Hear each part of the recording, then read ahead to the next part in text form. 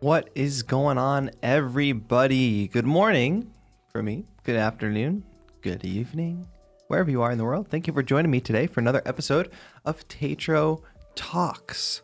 This show is live every Tuesday, and usually what we do, one of two things. We're either doing awesome interviews with people from the music industry. We've had people from all sorts of parts of the music industry, other artists, like we've had Sanjay Sion, Rachel K. Collier, Gnarly Beats, many other artists that I cannot name them all off the top of my head. We've had people who make MIDI controllers, like we've had the folks from Artifon, the folks from Sensel, we've had folks from Bitwig on here before. And then, even more exciting, when we have guests, is when you all get to be the guest. And today is a call-in show where you can indeed be a guest on the show using the Zoom link that I've pinned to the top of the chat. You can call in and we can discuss the more philosophical side of being a music producer, home studio music producer, a creative, whatnot. Looking to discuss sort of those topics, maybe around motivation, whatever is on your mind. I've got a little bit of a rant to go on today. Something I've been thinking a lot about, but at first I wanted to say hello to everybody. Thank you so much for being here. Thanks for joining us today, especially shout out to all the new members. We recently surpassed 200 members, which is crazy. It's an amazing goal. So thank you all. If you are a new member, I highly encourage you to call in today. Let's at least say hi. We can talk a little bit about what's going on for you. I want to say hi to everybody who is already in chat, like music producer Ghost, hello, nice to see you. Long time since I've done one of these streams. Yes, totally is. Beta X, hello, says what is call-in? Well, that's what it is. You can call in, you can be on the show, we can chat, talk about, you know, all the things that have to do with being a home studio music producer. And if you're a little bit nervous or anything, I should let you know that you won't be on screen via video or anything. Like, it's just going to be audio. So if you're like self-conscious or something, don't worry about that. And that when you click that link, that Zoom link at the top, it's not like you're instantly on the show. You get put into a waiting room, and we've got a couple people in the waiting room already. So basically everybody's in line, and I'll take people in one by one, and it's just us chatting live on stream. So don't feel too nervous or weird about it. It's very, very cool. Very, very good energy. Everybody's very supportive in this community, I feel. Now, remember, it's not tech support, so don't call in and ask me how to install the drivers if you're a KMPK Mini or something like that. Let's call in, let's have a good conversation, something that everybody can sort of relate to. Hello, Ray Calvin. 343 Labs is in the chat. Of course, we do the show in collaboration with 343 Labs, which is an electronic music school based in Berlin, New York, and online. If you want to take a cool course, 343labs.com. We've got cool things coming for 343 TV over at youtube.com/343labs, and we recently hit 14,000 subscribers. Things are on the up and around here, folks. Hi, Burger King, the official Burger King. Wow, thank you for being here. NG Saber, hello. NG Saber, I love seeing that badge next to your name changing to the green and gold. Uncle Catfish instantly hit the stream as soon as you saw it. Don't worry. Wait, we always start with the starting soon screen, but then we come back. Hello, Ash. Hello, Dave. Hello, Queso. Opal Rider, Keshav, Enigmatic Onion, SDK is here, Oyama. Ed Oyama, shout out to you. Congratulations. I saw you put in the chat that you just recently had another baby. Congrats. I'm glad everybody's safe. I'm glad things went well, and congratulations. You're a dad again. Amazing. Karina, hello. It's been a while. Thank you for being here. Gosh, I'm losing track of this chat, so I'm sorry if I don't call out everybody. But hello, Boz, Rashane, Ayush, Jaspi, Gary, Carnes, Karen, I don't know how to say that name, but I can try. Freakaso, hello. Thank you for being here. I'm especially interested if you're an artist from another medium, maybe not even music, and you want to call in and talk about creativity. I'd love to hear that. Hello, Music Bloxians. I'm glad you could be here. It's okay if you can't make it to every stream.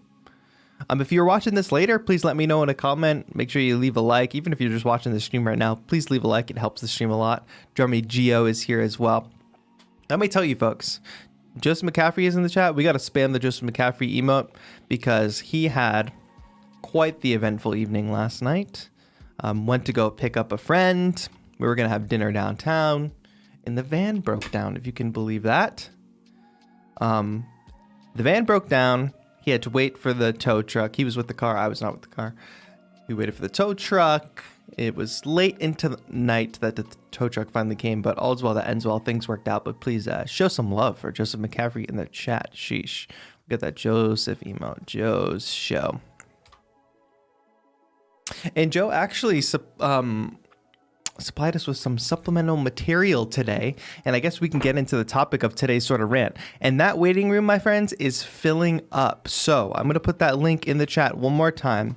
If you do want to call in, you got to get in ASAP, because if it keeps filling up at the rate that it is, we will not be able to take every single call, but we should be able to, fingers crossed. So get in the waiting room as soon as you can, and we'll take them in the order that we got them. So here we go. Hello, Jordan Loves Music. Thanks for being here. So the thing that's on my mind recently that I want to talk about and maybe can help guide some of the conversations today is, the title of the stream. Are you learning music or are you making music? Now, it sounds a little extreme. And I'm going to cut the music for this. Might sound a little extreme, but because we're always learning, right? I feel like I'm always learning something new every project that I make, every new track that I start. I'm learning some new technique, But I think a lot of people get caught up in the idea of just learning perpetually and maybe are waiting until they learned, quote unquote, enough. Or when they start to feel, when it comes time to actually make stuff, okay, you learned something. Now what are you going to do? They just continue on a journey. And this was sparked for me because I got caught up in this Twitter thread. I didn't get caught up in the Twitter thread. I was reading this Twitter thread. There's some people in the space that do some really heavy music theory based stuff. And you all have probably seen that. I recently did a music theory video, and I really enjoy making like the basics of music theory accessible to people, because I think it's often taught in a very complicated, complex, convoluted way that is not helpful to a musician or a music producer that's actually trying to make music. So my goal with my music theory series is to do just that, make it accessible, easy to understand, put it into terms that it's like, oh, I'll actually use that, rather than just dump a bunch of information on you.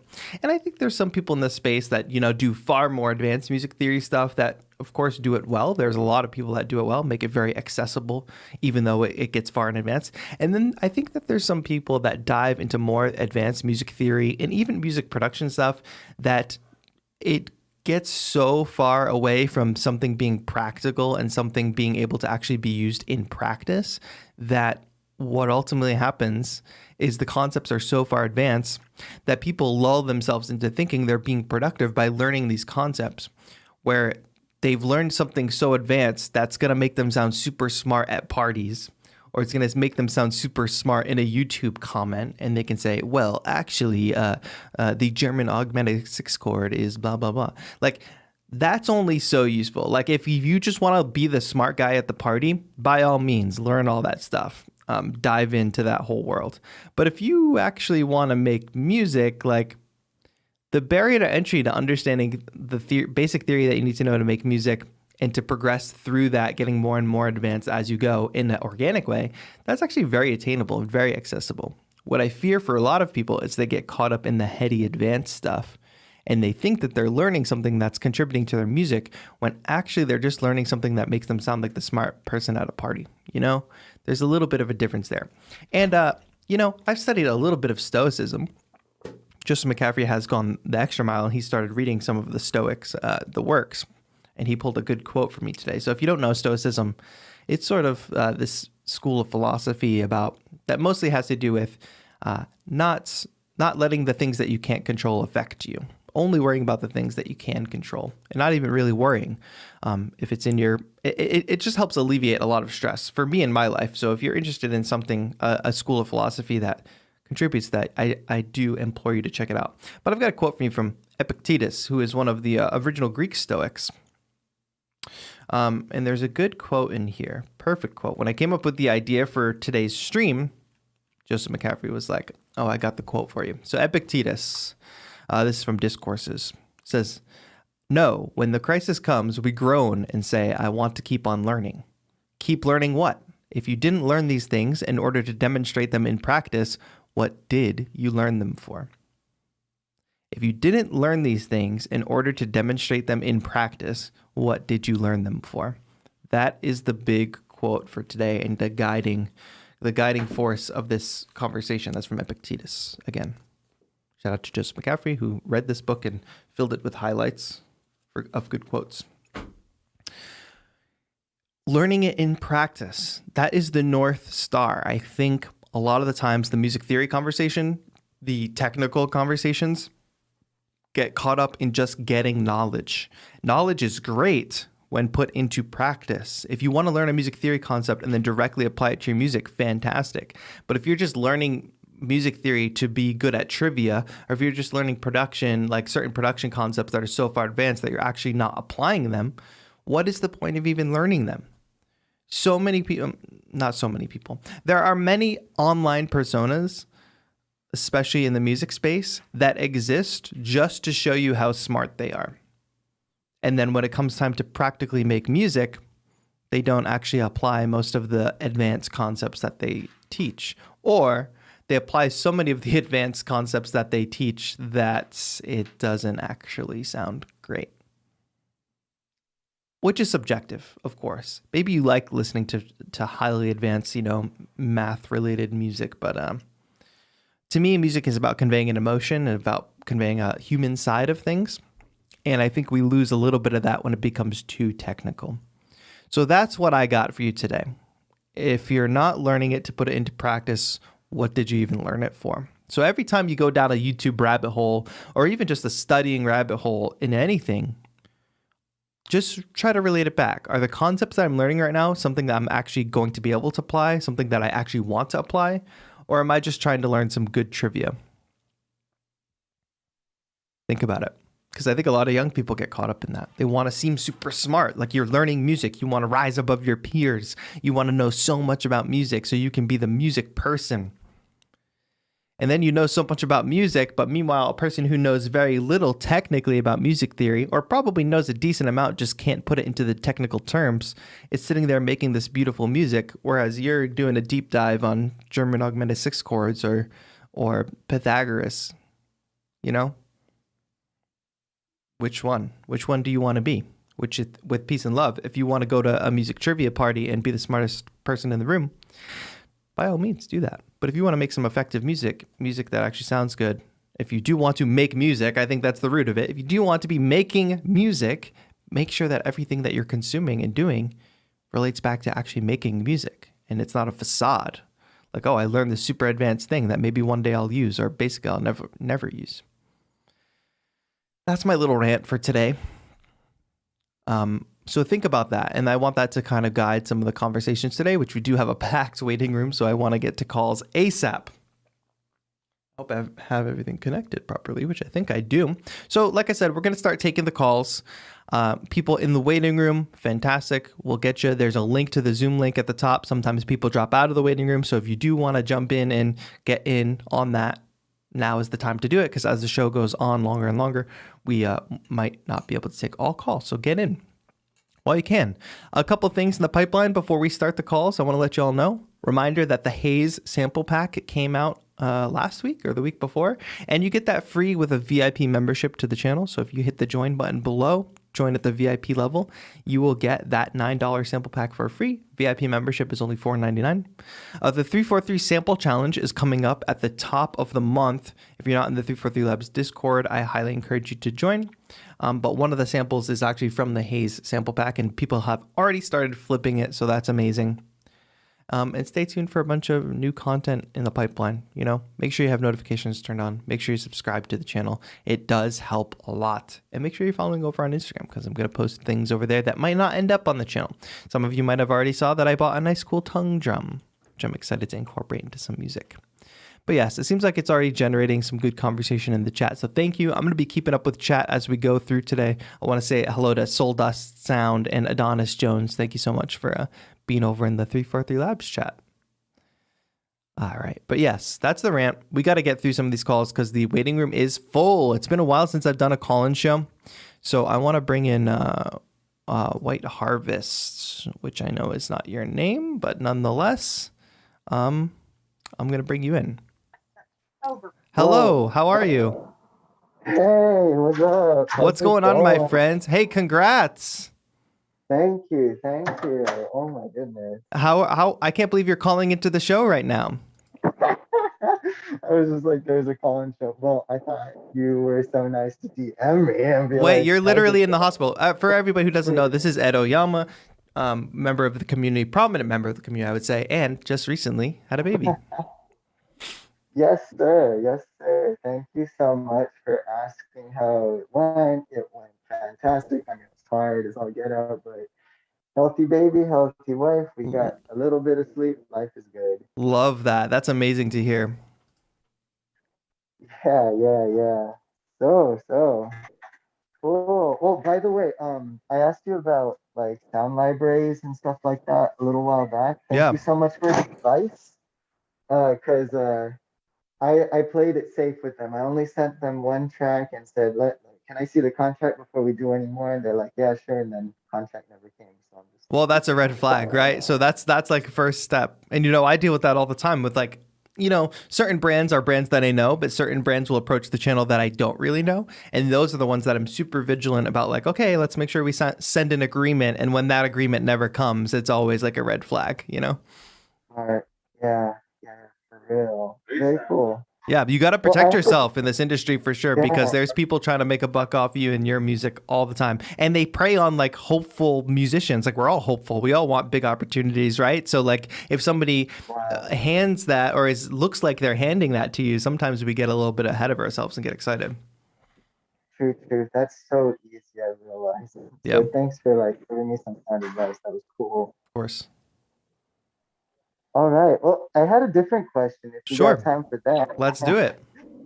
All right. So my question was, I'm getting started with YouTube. I've just been super interested in it and got a little channel going. And for Awesome. starters, just put my music on it with like album art, so nothing too crazy. But I was just really curious, how and why did you get started with YouTube? How and why did I get started on YouTube? That's a good question.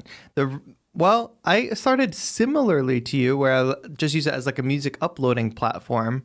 Well, that came a little bit later, but the logistical reason I started a YouTube channel was because I created this piece called Rain, and I originally created it. It's like this controller performance with like Launchpad and Launch Key, and I created that as a part of my senior recital for college. And the video like of that night didn't turn out so good just because it was like a bad shooting situation. It was just like a from the crowd, and I wanted to capture it in a better way because I thought it was a cool performance, and I did that, captured it, posted it to my YouTube channel, and eventually like it caught like Novation's attention, and they shared it on Facebook, which drove a bit of traffic. And then from there I started doing more performances, and of course, doing performances like that leads to questions, like people asking about like, how did you do this, what controller did you use, how did you map it, like this is the life I live now. But the next step beyond doing the performances was answering those questions, and from there it's just kind of like spiraled. So originally I did it to share my music and share my performances, and then I took the opportunity to use it to not only share my work but to also share my process and to share how to do this stuff and make it more accessible for people. Oh, that's cool. So it started off as just sharing your music, and then you had a performance and it went really well, kind of snowballed into some other things, answering questions from Yeah, for people. sure. And I think for you, and if you're thinking about really doing this YouTube thing, I think what makes YouTube work in any space, not just music, in art, in entertainment, whatever, first of all, you're either entertaining people or educating people. And people show up to channels for individuals. Like I even think about the 343 TV thing that we have going on with 343 Labs. People show up to John Selway's show. People show up for Abe Duque or for Justin Beck. Like people show up for those personalities, even though they're all teaching some form of music production. At the end of the day, they're showing up for those people because there's hundreds of people doing music production on YouTube, right? Like there's me, there's like plenty of other creators.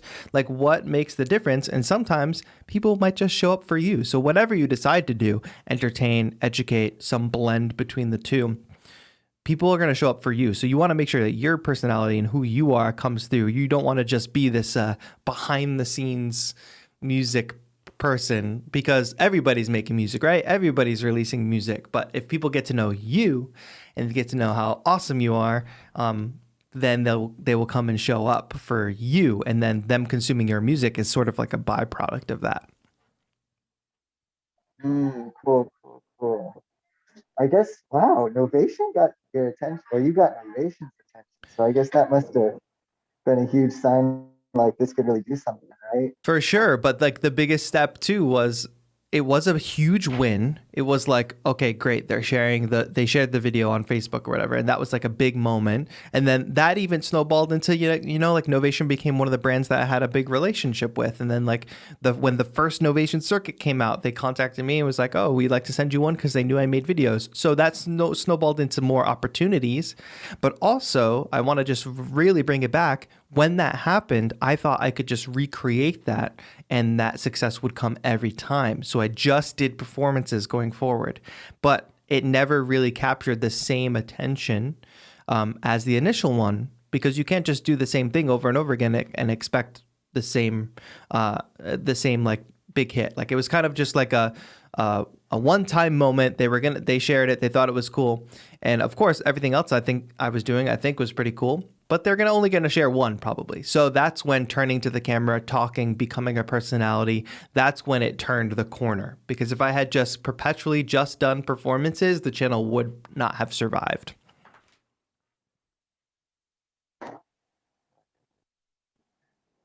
Oh, that's cool. That's cool. Super insightful. Yeah.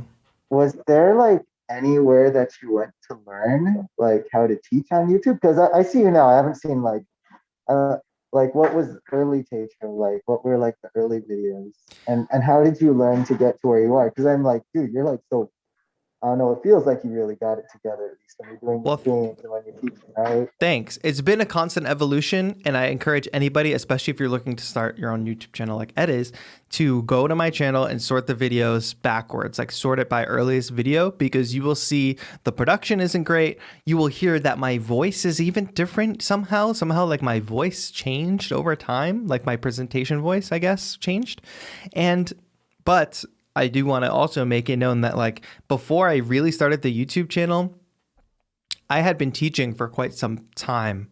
And not only teaching, one of my first jobs out of college was at an after school program before I ended up at the one that I ended up with at and worked at for a long time. I worked at an after school program with pretty young kids, like K through 8. And then I also ended up, by way of that, teaching in preschool classrooms. And what happens when you teach in a preschool classroom is you learn a lot about developmental milestones. Like, because when you're in preschool, when you're a really young kid, you learn at such a crazy rate and such crazy things are happening with your brain. And there's this one concept I always come back to with scissors. And this might not sound relevant to music, but it's very relevant to if you want to teach anybody anything and how you need to break things down. When you're in preschool, there is this developmental milestone called crossing the midline. And it's as simple as there's this line down the middle of your body. And when you're young, when you're in preschool, and you have scissors and you have to cut a line across a piece of paper, preschoolers will do everything they can to not cross this midline with one of their hands. They will contort and like twist their bodies or like twist the paper so that they can cut straight and not cross this midline. And it's just part of their development, right? So if you really think about that, at some level, you want to teach somebody how to cut a piece of paper. You're not just telling them how to hold the scissors, how scissors work, what they can do with it to paper. You're also like teaching them that they can cut across this line, the imaginary line in the middle of their body. Like that's like so basic, but we don't think of that because we learn it so young, or we just develop it. And the thing about teaching anybody anything like as complex as music production or any kind of art or literally anything is that you have to break things down for people at that level. You have to assume they have zero knowledge, that in their development that they don't even know how to cross the imaginary midline of their body. So that is always the analogy that I come back to.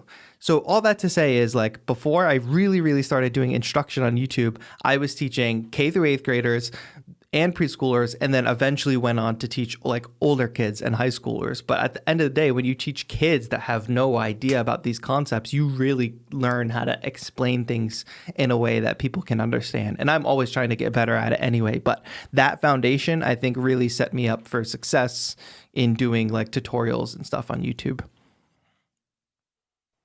Oh snap! I just super love that because oh, that just makes a lot of sense. Oh, that's so crazy. I didn't know you taught preschool. That I get that because my kiddo is in preschool, one of them. I'm like, oh Yeah. man, I It's don't a know how you teach them. That's it's props. it's a crazy different world, and there was a time where I was going to go into that and get like early childhood certified, but then things like just evolved beyond that. So it provided a Cool. very good foundation for learning how to teach people in general, not just preschoolers. I think there's a lot of commonalities like throughout like how humans learn in general. Oh, that's awesome. That's awesome. All right. Well, I guess I got your blessing to go into the archives. Gonna check that out. Please, that I mean that's the reason I leave it all up, even though I think it's cringe. Like I think if anybody who wants to go back and look at it and get, inspired, even though it's the jankiest, weirdest, like not what you're used to seeing from me content, like people should look at it and say, well, if TAETRO started there on an Android phone, then I can start, Yeah, I guess that's the encouragement for me because I look at what I just put out and I'm like, well, that's more than a little cringe. That's more than a little janky. But I'm like, this is where I'm starting. I don't want to compare my first steps to like your, I don't know, 1,000 steps and Right, whatnot. exactly. You can't get caught up in that, and you got to take your first step before you can get to your 1,000th step. So that thing you said is perfect. Don't compare my 1,000 steps to your first step. That's perfect analogy. Cool. Well, thanks a ton. I've always appreciated the way you break stuff down, and I don't think I'd be making the music that I'm trying to make right now without all the stuff you taught and the way you just, yeah, that's one thing I always liked about you, Tanny. You break it down real simple. Thanks. And that I'm was so exactly what I got out of it. So, yeah. I'm so glad. Thank you so much for the support and for being a prominent community member. I really appreciate it. And send peace and love to the wife and kids and new baby. Yes, sir. Yes, sir. All right. I'll see you in the chats and the servers. Yes. Have a good one, Thank my you. friend.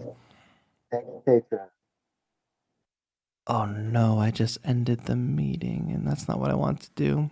All right, my friends. If you were in the waiting room, sorry, it's been a while since we've done a call-in show.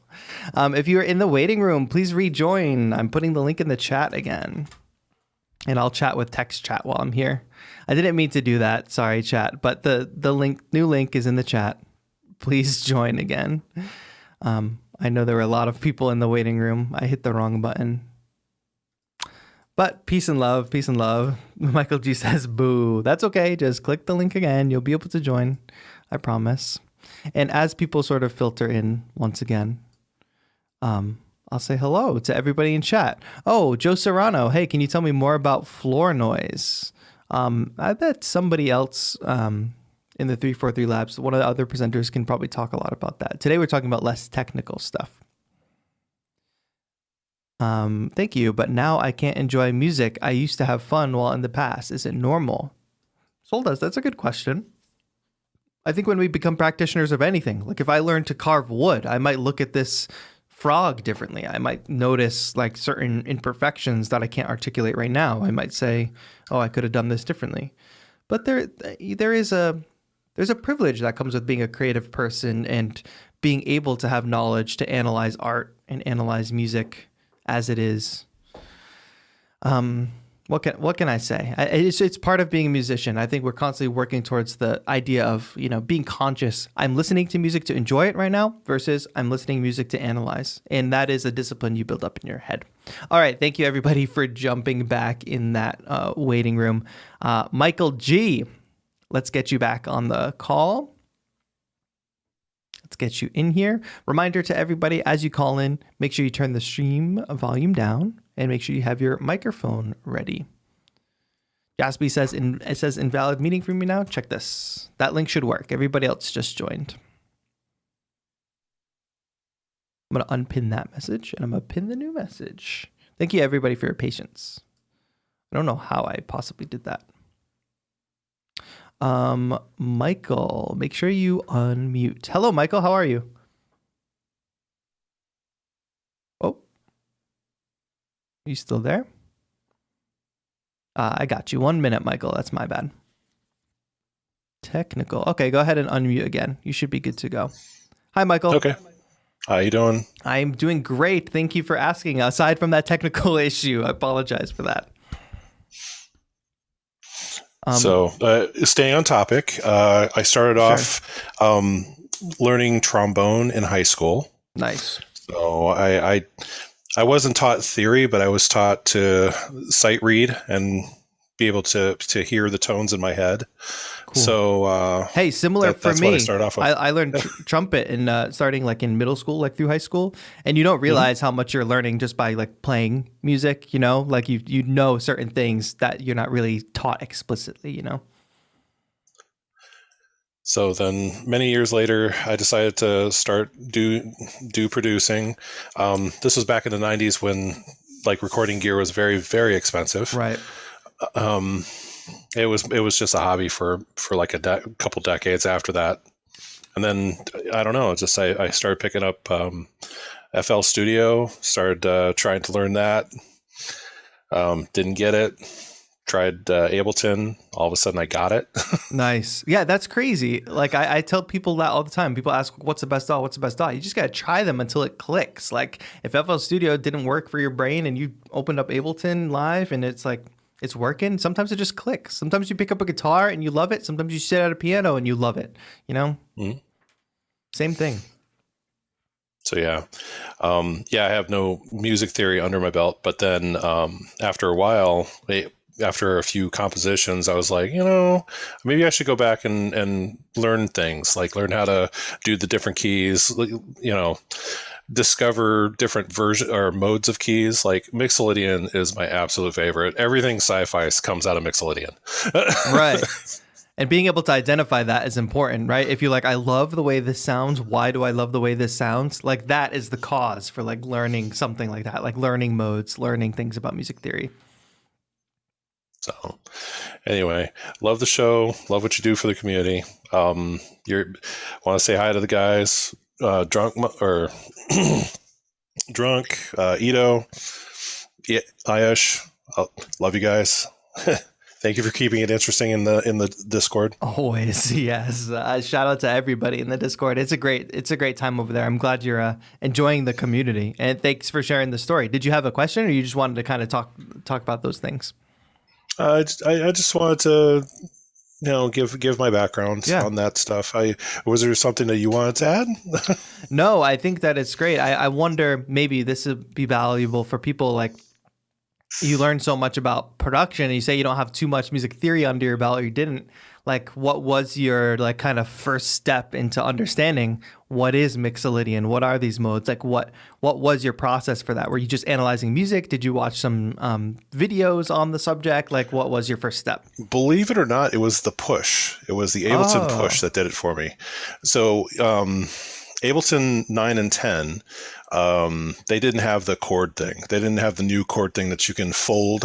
Right. But if you jumped on a push and you go to the chords, you can actually set up, what key it's going to be in, what mode it's going to be in. So I did, like F sharp Mixolydian, and then I just stayed in the lanes. That's super smart. Yeah, that's great. And then you just learn the differences as you flip through those scales. That is a good point. Like that makes it so accessible, like versus a piano where you have every note available to you. Like if just being able to flip into an in scale mode and try out a different scale and get to know the sound. Yeah, that's super dope. That's good to know. That's interesting. I'm glad to hear that. Yep. All right, that's all I had. Okay, well, thank you so much for being, such a great member of the community, and thanks so much for calling in. Have a good one, guys. Have a good one. All right, I won't end the meeting for everybody. All right, that's interesting approach to learning, like I said, with a keyboard. Like I've got a keyboard right here in front of me, obviously. Like you sit there and it's all the notes, but like with a grid instrument like Push or a Launchpad that puts it in key and you can select the scale, a good learning tool. Like, and it's just about sitting there and playing and realizing the nuances between each one. All right, lots of calls today, my friends, so let's keep it rolling. Page 1 coming in. I wish community service was available in my country too. Oh, too bad, Keshav. That's okay. I know you're supporting anyway. Okay, we have page 1. Make sure, everybody, that you, just while you have time ahead of the call, that you check that little mic icon on the bottom or your mic settings and that you have it selected. Hello, page 1. How are you? Hello. Oh, hi, page 1. How are you? Oh, snap. Okay, I'm so sorry, TAETRO. Don't be sorry. It's okay. It is an honor to be speaking with you. I'm I'm not Willy Wonka. I don't sugarcoat anything when I say that your videos have helped me understand music theory. And I'm gonna stop blabbering and just get to my question. Well, I'll say I'm sorry. thank you, first of all. Thank you for all those kind words. I appreciate it.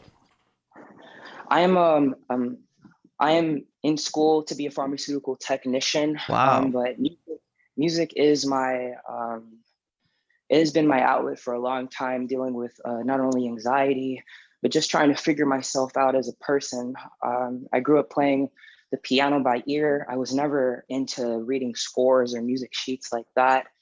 I'm actually in my studio right now. That's awesome. But my question, for the most part, is what drives you, dude? Like you give out so much game. Like, I'm just some black kid from Chicago, and like I see you just giving out knowledge and giving out things that the music industry, at least the one that I've been around, is not just giving out to people. You're not teaching people how to be cool. You're not teaching people how to get their views up. You're teaching people actual music. So I guess my main question is, like, what gets you out of bed in the morning, dog? That's a good question, and I appreciate all the ways you phrased it. What gets me out of bed? I just have this drive to make stuff. To like, what drives me is being creative. And does that mean like every second of every day I'm making music or I'm doing something creative? No, sometimes it means I am playing Halo with my friends, or sometimes it means hanging out with my niece, whatever it may be. So like, I don't want to paint this picture that like, oh, I'm this like driven, like hustle guy that's always doing something all the time. However, I do just have this internal drive to make stuff, especially music. Music is like my chosen medium, right? And like, I could sit there and I could just make something and I can feel good about it. So I think the baseline is everybody's got to find the thing that they do. And at the base level, regardless of any outside interference, interaction, or whatever, it makes them feel good. And then from there, what other choice is there? Like, I could just hole up in my home studio and never talk to anybody and never share anything that I've learned. And I just have this burning ambition because of what you said. Like, what is the actual music industry trying to teach people? What are people out there who are quote unquote teachers actually trying to teach people? And a lot of the time it is not give them the knowledge that they need to go survive on their own. Like, it's like that teach a man to fish thing.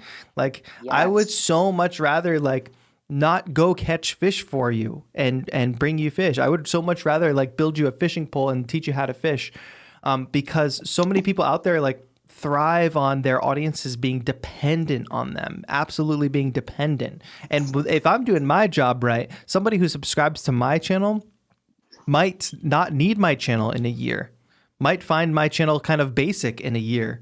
And I think that that's totally fine. And I'm totally okay with that. But the whole like thesis is for real. Like, at the end of the day, the world is a better place with more artists. And the more people that I can feel that I can empower to be artists and give the tools and give the knowledge to go do something for themselves and take it to the next step, like, that makes me feel good. So I think it comes back to what gets me out of bed at the end of the day. Yes, I like to create stuff, but I also am I'm thinking a lot about my impact on the world. And maybe that just sounds over dramatic or like self-congratulatory, and I don't mean it that way, but No. I just want it to be a better place, because I want anybody from anywhere. Like, we see this community in chat, like people from India, like you're from Chicago, like I'm in California, but I'm from Massachusetts. We have people from all over the world that join. And it's like, the world is flat. Like, the map is folded into a tiny piece, and we're all here together for this moment, and we're all like trying to get better at doing art.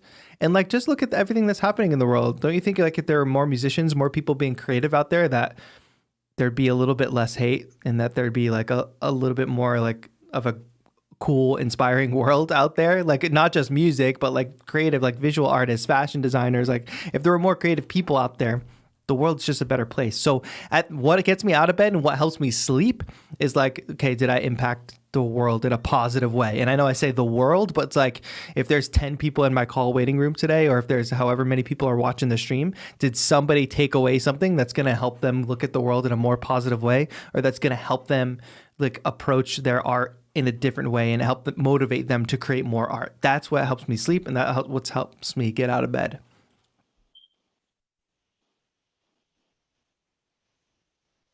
That's what I got. I don't know.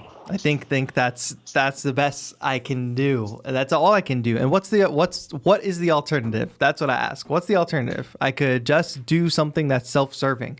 And not to say that this channel is not, it's not 100% self-serving, but this channel does pay for some bills, you know?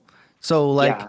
but it's But that's the always thing. that. Your channel, you have fun. Listen, the one thing that you have is fundamentals. I think anyone can agree. You can have like the shiniest guitar, the newest MIDI controller. You can have the best piano in the world. But if you don't know anything about that, and also not just like what you know about it, there's so much importance in fundamentals when it comes to anything. And I feel like not being generic and not trying to fit in and do it to be cool, but just doing it to leave an impact is what's lacking in a lot of like contexts and categories besides like music.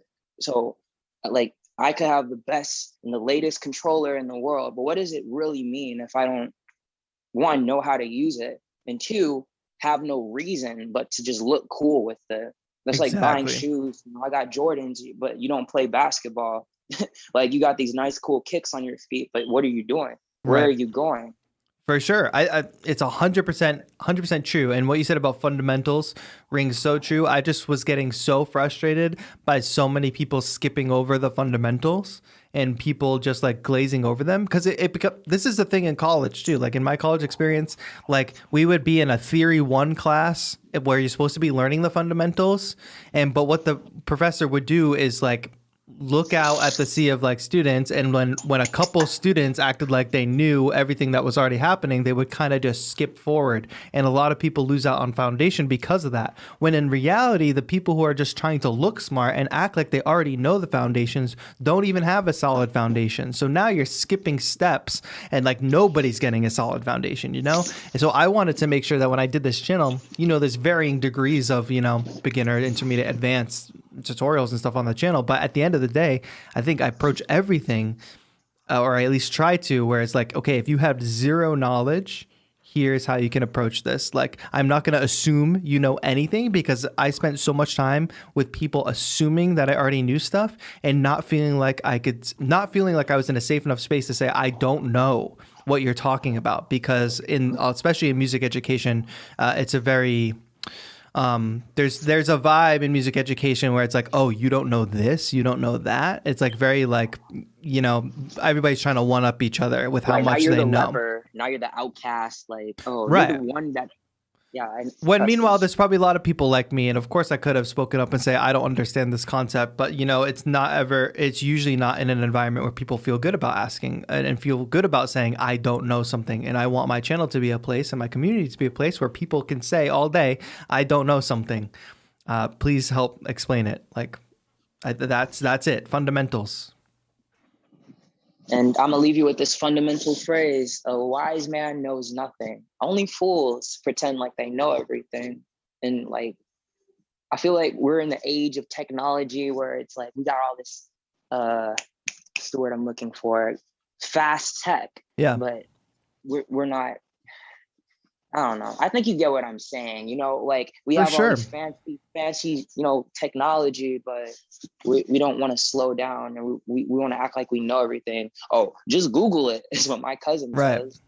Like, Google it, bro. And for real, I'm all about just Google it, because I'll Google everything. But what I find a lot of people do is they Google something one time and they think they're an expert on it, and they make a YouTube video about it. And I have no interest in doing that. That's why you see like my channel's like relatively narrow in terms of the subjects that I cover, because it's a cross section between what I actually want to cover, what people want to know, and what I actually like am driven to do, you know? So like, I'm not interested in Googling one concept or even like some of the genre stuff that goes on in the YouTube space. It's like, I learned X genre in 24 hours. It's like, okay, but you didn't really. And you're also like stepping on like everybody who's been in that genre for years and years and years just to You're say, not learning anything. You're just scratching the surface, to be honest. You're scratching the surface. You're making it look flashy. You're making it look like I think it's great if it makes it look accessible to somebody, but you're also like, it's cheapening it in a way. And I just have no interest in that sort of like fast thing. Like, I'm going to do the things that I've cultivated, I've known how to do.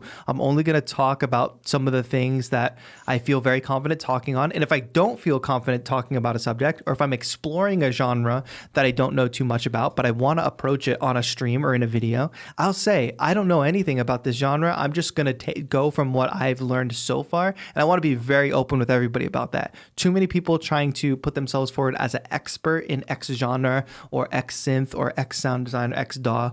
And like, why? Like, I have no ambition to tell you all that I'm an expert in really anything. I think there's some things that I know a lot about, but I have no ambition to tell you all, oh, I'm an expert in this. Let me hand it down to you, young learner. Like, no, like, we're all learning at different rates. We're at different points in our journey. I'm just here to share what I know, and I don't really feel like I'm an expert in anything. You have to be willing to acknowledge your ignorance in order to grow. That's the thing about like society, period. People aren't willing to sacrifice and acknowledge the things that they lack. For example, what you were saying, you acknowledge that you don't know something. People aren't willing to say that. Also, in order to learn something, it takes time. People aren't willing to actually take the time to sacrifice, you know what I'm saying, to sacrifice, they're basically not taking the time to actually learn. They're being stubborn. What I'll say, what I'll say on that is go on. I just want you to, because I can get caught in this trap too, like having like a slightly over cynical point of view, but we got to alter those sentences to like some people, because there's a lot of people, like I think a lot of people here in this stream, a lot of people I see across YouTube or whatever are good teachers, and a lot of people do want to learn, do want to put in the time, and they just don't have the tools and access, or they don't have the accessibility, which is a totally different thing. But some people, let's always. Yeah, of course. You know, like, no, I 100% agree. 100% agree. I say just tailor the sentence to say some people. We don't want to overgeneralize. We don't want to be over cynical, because or else there's no point in like me even doing this channel. My point was never to be cynical. I'm not into hyperboles. I'm more into realistic things. So I will use that some word more often. But I hope the point for viewers and for you is that nothing works like that. You're not going to just be able to get something off the bat, and don't come to this channel expecting to learn things in a day. And it's okay to just say, I don't know. Yep. I agree. Thank you so much for the call. I really appreciate that. I hope you call in again soon, because you seem fired up, and you should channel that energy into something, you know, like pass it on, pay it forward, share your knowledge as well. Respect, TAETRO. Keep doing what you do, man. And guys, please like the video, because like I see these numbers. I see 72 of y'all. I only see 58 likes. Come on. Thank you so much for that call out, man. I appreciate it. Have a good one. See ya. Peace. Yeah, the cynical thing, I try to not be too cynical, but I appreciate that. Kamikaze Shot says, thank you for Skillshare. Thank you for signing up on the Skillshare link. Yeah, anytime you all can use a link that's from a sponsor, it's helpful. I was going to say something else on that note. Page one, that was a really good call. Thank you. It has to do with like people. Yeah, I think people want it to be fast. People want their learning to be fast. And then what happens is those people are also become content creators. So they think they learned something in 24 hours and then they go share it. And now, like, what if the only exposure to a genre or something someone has is your video that you learned in 24 hours? And now they walk away thinking like, oh, that's all I have to do. I just don't think that's a genuine approach to music making or anything. Like, I just have no, I don't want to deceive people. And I think a lot of the content that is successful on YouTube, of course, is how to learn X the fastest way, how to learn Y the easy way. I just don't have, that's why you won't see my channel go viral anytime soon. I'm not interested in doing like disingenuous viral stuff, despite it being quite successful on the platform. We got to keep rolling because we have quite a few calls. Exaggerate.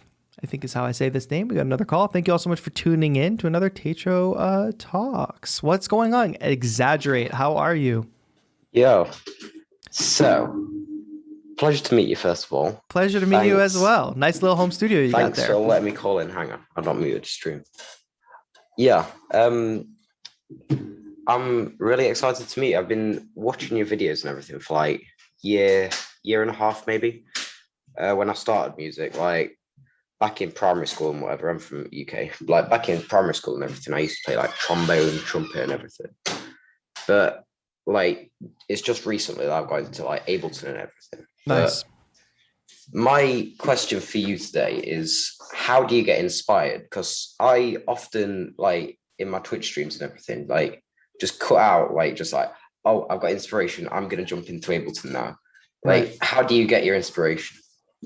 Well, there's a few notions on this. First of all, I really love music, and there's a lot of music that I love listening to. And sometimes I hear a track and I'm like, damn, I wish I made that track. So that off the bat is an inspiration, because that's like a jumping off point. Why do I wish I made that track? Oh, this sound is really cool. This chord progression is really cool. This whatever is really cool. So now I'm inspired. I'm going to make a track inspired by that track. Or it's not always like a strike of inspiration. It's not always a bolt of lightning. And, you know, philosophical advisor to the show, Joseph McCaffrey, told me a quote the other day about the difference between inspiration and willpower, because sometimes it's not inspiration. Sometimes it's not the bolt of lightning that says, yeah, I want to go make a track that's like XYZ track. Sometimes it's just like, I want to make some music, or I know that I should make some music, and I'm not quite inspired, but I have the willpower to sit there, open my laptop, open Ableton Live, and just start playing with some sounds. And from there, you're just getting the ball rolling. It's a snowball effect. Okay, you mess around with one synth sound, and now all of a sudden you're layering in a drum, you're layering in some more synths, and boom, you have the beginning of what is a new track. So we can't just rely on inspiration, or else we're just gonna sit there waiting for divine intervention, you know? But I also like try to the other side of like willpower and motivation and inspiration is like everything's accessible. Like I can sit down at any point. I mean, most of us can do this anyway. If you have a phone or if you have a laptop, like it's so easy just to sit down and start making music. But like, if I really want to make music with a certain controller, boom, there's a controller on my desk already. Like all the trappings around me being able to make music, I can sit anywhere in my house and make music. All my tools are ready. My space is organized. I got speakers in the bedroom. I got speakers in here. I've always got my headphones on me, you know, like, so when inspiration strikes, or even if inspiration is not striking and I need a little bit more willpower, then I need to have everything kind of ready. Because if I already am not inspired and I need to make something, like if it's too hard to get out the machine that I want to make something on, then I'm not going to do it. Or if it's like too arduous of a process to even get started, I'm not going to do it. So I want to make it fast and snappy and easy just to get started. So I build things around my life where it is just easy to make music. So it's the facility, it's the access to like being able to make music, and then it's just like not relying on inspiration. But music all the time, listening to music, and I'm like, damn, I wish I made that.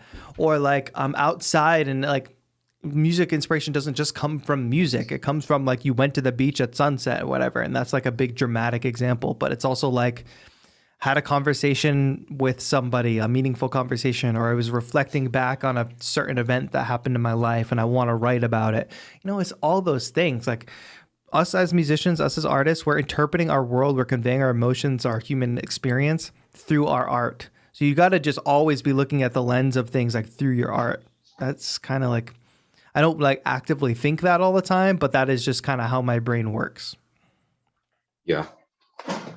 It seems like a lot, but like if you're a musician, like I see you got like piano behind you, guitar, cymbals, like you're guitar, clearly a piano, musician. drums, yeah. Right. So like you've kind of made the decision like music is your thing, and not that music has to be your only thing or will be your thing forever, but like for one reason or another, you could have just as easily gotten into basketball, you know, or something. But for some reason, you have a piano behind you. You're not sitting in a basketball court right now.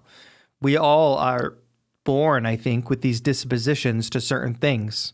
And when we are born with those things and we are able to discover them. Like, you look pretty young too. Like, and I was also able to discover that I did have this disposition towards music at a young age.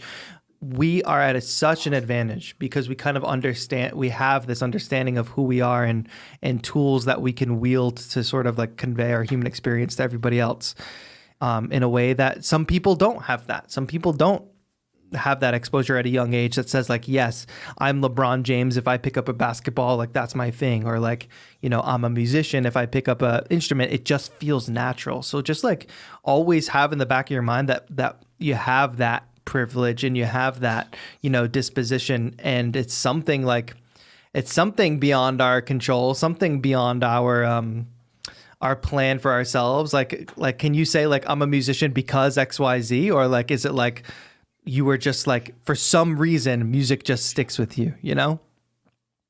Like we can't always explain it. Like sometimes like, it's like, I don't know why I'm a musician. This just kind of happened. I'm sure there's like thousands, millions of other kids that were handed a guitar at a young age that didn't really gravitate towards music and gravitated towards something else. So just knowing that we have that, and that we have that disposition, and we had that opportunity from a young age, even if you're not young, if you had the opportunity to discover that you were inspired by making music or whatever the medium is, if you have that and you always have that mindset in the back of your head, like it just makes it like you understand yourself so much better, and you don't have to rely on inspiration to get started and get going. You just go. Like you literally just already understand something about yourself. I am a musician. I have no question about that. If I didn't have the channel, if I didn't have an audience, doesn't matter. I would wake up, I would be making music just because it's my instinct. It's like animal instincts. Yeah.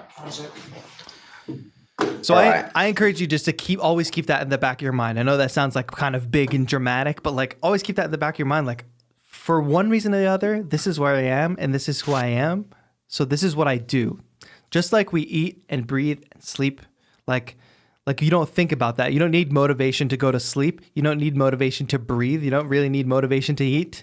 Like you're a musician. You don't need motivation to make music. It's just part of who you are. It's in your DNA. You're going to do it no matter what.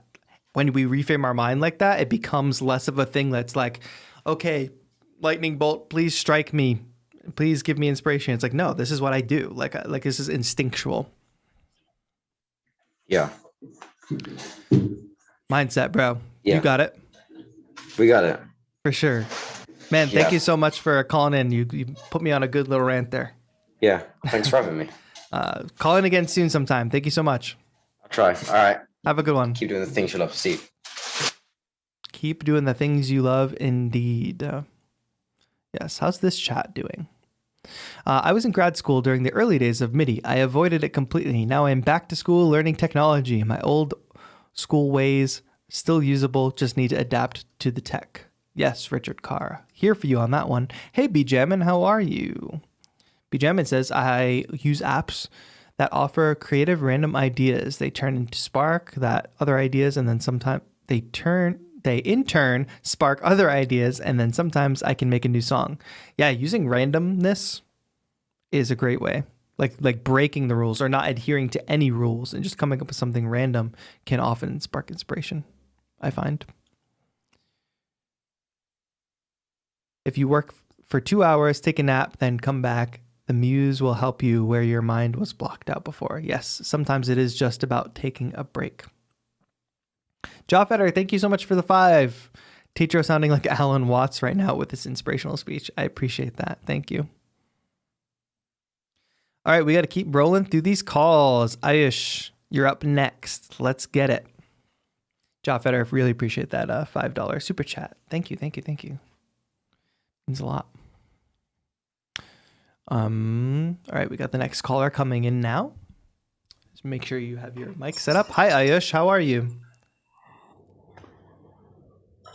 Hello, my friend. Can you hear me?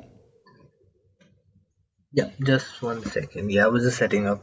Hi, TAETRO. Hello. Thank you for calling into the show today. Thanks, man. I just wanted to say thanks for all those track reviews you did. I remember you remembered my track from the previous review too. So yeah, that was really helpful. Your mixed ideas were really helpful. Awesome. So this was something I did for the first time. Nice. So I just want to give a shout out to you and the Discord. Like some people are really helpful there. I'm glad you had a good experience. Yeah, the Discord's great because the other thing about this channel is like it can just rely on me, or I can be like a kind of a person that attracts a community, and the community can now help each other. So now the impact is like much better. Like if I had to help every single person individually, it would be impossible for me. My impact would be much lower. But since we have a community on Discord, people can come together and help each other out, which I think is great. Yeah, that's really great actually. Yeah, I just wanted to ask, dude, how's your physics project coming along? The PhaseX project is coming along. See, I am at constant odds with how many things I want to be doing at one time. So this is a good insight for everybody who's like balancing, trying to get music out, trying to do different things. So if you don't know, I have a project called PhaseX, which is like electronic pop kind of with lyrics like singing and stuff. I released one single. Well, I released a cover and a single. And I'm working on trying to release more music constantly. But in my to my deficit in trying to be like this independent musician and this independent artist, trying to do my own music videos, do my own marketing, do my own production, mixing, mastering, it becomes a lot. So what I can say about PhaseX is I have 4 songs that are not yet released that I want to release like once a month for the rest of the year. I was hoping to get a track out in July. It does not look like I'm going to get a track out in July, because every track I want to come along with a concept and have a music video concept for, and that took me a little while to get to for this one. So my plan is within the next couple weeks to really finish the mix and master of this new song, to shoot the music video, and to get it out hopefully in August, fingers crossed. But I appreciate you asking about that. But it is totally like, I've got this TAETRO channel. I've got other things that I work on. You know, I work with 343 Labs. I work with a couple other organizations. Always trying to balance. And PhaseX is really this new thing that I want to not have to be strict and play by too many rules with. But I want to also take it seriously, and I want to keep releasing. So thank you for asking about that. It's coming. Yeah. More stuff coming. So you were talking earlier about like going through your foundations and learning new things, right? Yeah. So is there anything like you learned while you did PhaseX, like something that you didn't do with having your own channel that you had to do when you launched your own project as an artist?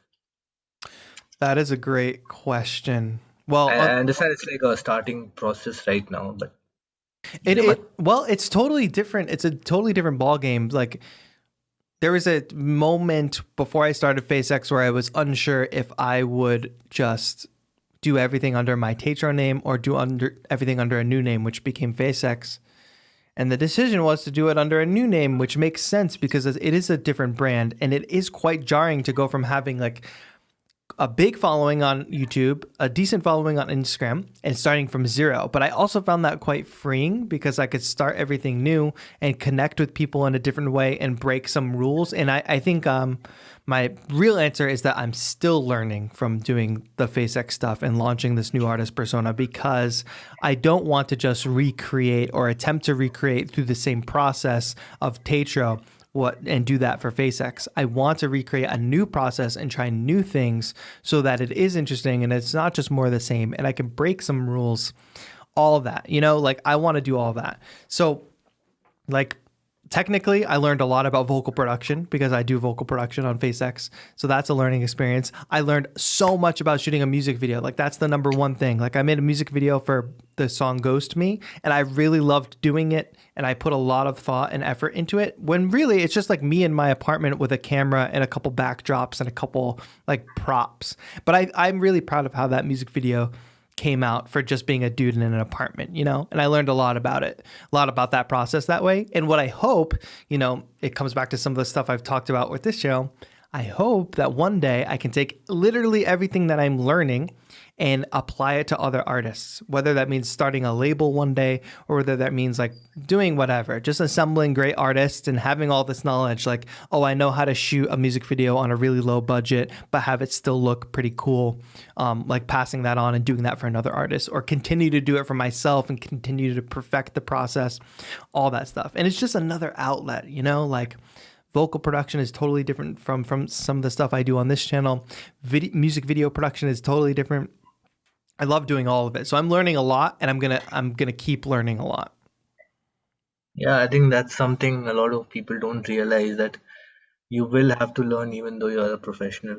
Yeah, Like, yeah. you at this point you are doing it professionally, but you're still learning. Because we raise the bar for ourselves as creatives, we constantly raise the bar for ourselves. So there's always something to learn. And at some level, like I'm obviously just some dude with a YouTube channel and like modest income, I would say, and but we're all on the same stage in a lot of ways as some major artists with $1 million marketing budgets under huge record labels, under whatever. So if we are, as independent artists, are always trying to approach the apex of the field that we're in, like we're always trying to point towards that trajectory of the artist with the $1 million marketing budget, with the Abbey Road studios, with the whatever, we have to constantly be growing. And there are limitations to what we can do on our own, of course. However, if we're constantly trying to approach the best in our industry as independents, we are going to be learning for the whole time. We're getting better every single time, and we're constantly learning. Yeah, that's actually really great. So, and like I've found this as not as an issue, but like I found myself doing this. So you said that people usually skip the fundamentals, right? Yeah. So I started out playing guitar, and what guitarists they do is they skip a lot of fundamentals, and then they go directly to play like the coolest solos or like the catchy melodies or whatever. Yeah. So I did that, but I had to eventually come back and learn stuff and relearn stuff and unlearn stuff. Something as basic as holding your pick, right? Many Right. times you learn it in a very, very wrong way and then you do it again. So, like, I just want to say that maybe it's okay to learn it wrong, because if it keeps you going, and then you also learn on the way that you have to fix what has to be fixed, Yeah, that is something. let me clarify that, Momentum, because that's a basically. good point, because I learned things very much not in the way that I skipped a lot of foundations in my early learning as well. And actually what I mean when I say that, when I talk about people skipping the fundamentals, I'm talking about the literal teachers skipping the fundamentals. So like when you go take a theory class or a guitar 101 class, if the teacher looks around and just like pretends that everybody already understands the fundamentals, undoubtedly somebody's getting lost in that. And I don't think that that's okay. So when I say that, I'm really directing it towards like teachers who are supposed to be teaching fundamentals, but that skip over fundamentals because they think everybody understands certain concepts, when really you have to explain the fundamentals no matter how much you think people in your class know, in order for everybody to be on the same playing field. That's where I come from with that. That's really great. Actually, it's I had one request actually Sure. for like a future video if you ever get to it. So I was seeing the 343 video on phasing. Yeah. Yeah. So a lot of phasing videos I've been seeing, and I noticed everybody, like, it's such a deep topic that everybody takes one aspect of it and makes a video, Totally. and the other aspects of it are not very much explained. Like some popular channels, like in the mix, or the channels that people regularly watch. So I was thinking if you could make a video on phasing and how to fix phasing in your mixes, I that would can be absolutely try. I'll tell you, I'm not the most knowledgeable person, but as we're developing the new content for 343 TV and 343 Labs, like if that's a deeper that would be topic to get amazing. into, And I'll present it thanks to for the those Tommy folks. Z's podcast, by the way. That was amazing. Which one? The music for commercials. Oh, yeah, the Tommy Z interview. Yeah, that was amazing. Yeah, a lot of people love that. He's a really cool dude. He just like went on vacation, but I think we're in talks to do like some other stuff too. So there'll probably more to come from Tommy and me. You know, we'll stay tuned. We'll see what happens. But that was a great interview. Looking forward to it. Awesome. Well, thank you so much for calling in and for all the great questions, my friend. Just want to give shout out to Ed Oyama, Lucky Drills. He's been giving some really cool freebies on the Discord. Awesome. And then shout out to Drunk Bishop, Michael on the chat right now. We love that. And all of these great people. Yeah, shout out to the community. I love that everybody's shouting each other out. That's great. Thank you so much, man. Thanks for calling in. Thank you. Have a good one. Everybody shout. Look at this community taking their time to shout everybody out. We're going to keep rolling through the calls because we have so many more people in the waiting room. With peace and love, I'm unpinning the Zoom link because we are probably full for today. All right, who do we got next? We got Andrew. What's going on, Andrew? How are you? Hello. I'm doing really good. Just happens to be on my lunch break for work and joined in on this. Awesome. Thanks for calling in. Thank you for having me. This is actually a really amazing concept that not every channel gets to do, especially once they start getting larger, which it seems like your channel is doing. Right. I have no interest in doing I think what happens is channels get big and they have to constantly sustain this level. Like you have to make content that's like not clickbaity, but kind of attracts that kind of attention. It's so hard to stay personal. Right. And whenever you have so much of an audience that you can't just engage with everybody like you're doing right now. And I really appreciate that you're making that efforts to stay in touch with all of that. It's just the caller earlier asked, what gets you out of bed? What doesn't get me out of bed is is my video going to get 1 million views or is it going to whatever? It's going to be am I going to walk away from this show feeling good and that there was some kind of positive impact? Right. So that's literally what it's all about. So thank you for acknowledging that. I appreciate it. Absolutely. I will say the topic that I came up for that I want to ask you is largely based around expectations. I have played woodwinds for the majority of my life now, and right now I am a gigging musician.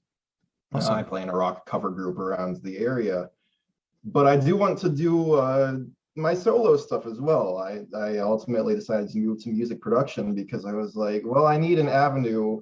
Saxophone can't play chords. Sure. So we need to figure out something to do there. And I started learning.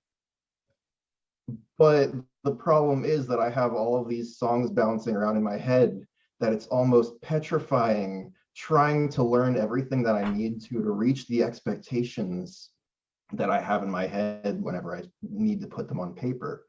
And of course, the obvious solution there is just make music, dummy. But what are some ways to get around that? How would you tackle that conundrum? Yeah, well, you can reframe it in the way that it's exciting. Like you say, it's kind of terrifying to have all these ideas bouncing around and it's a little bit intimidating, but you can't quite execute it yet. But it's also exciting. It's I could just keep building my skills and get to a level where I can execute all this. But it's also real, like you said, expectations, realistic expectations. You have these songs bouncing around in your head.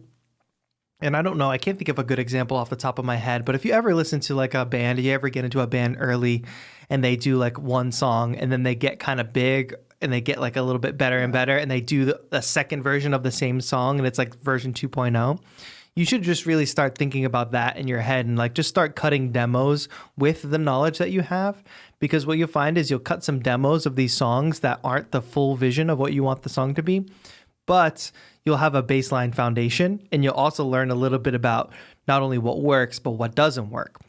So if you do that and you just make the best version of the song you can, that's a demo for now.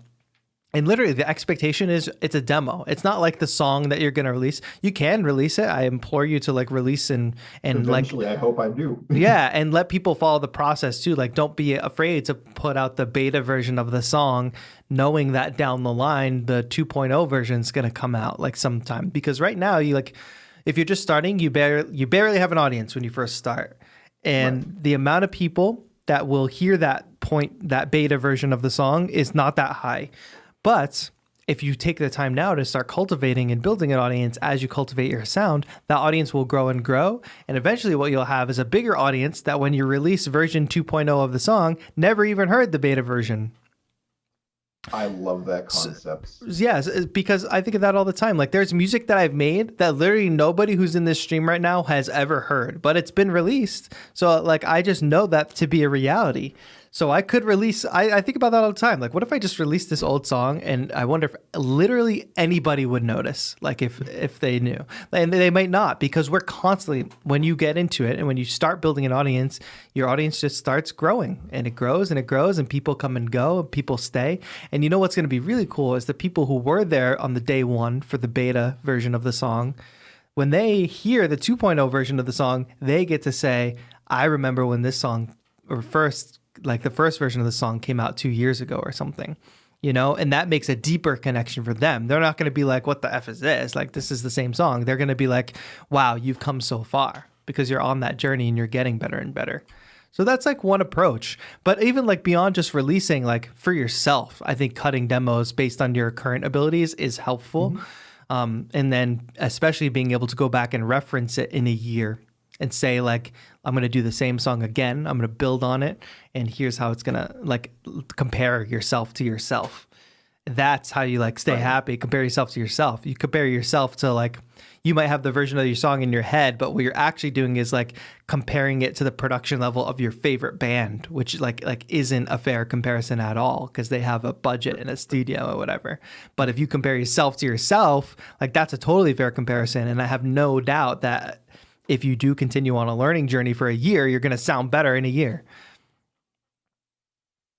You know what that almost reminds me of is in the art community, they always have this yearly picture that they'll keep coming back to, and they'll redraw it every single time.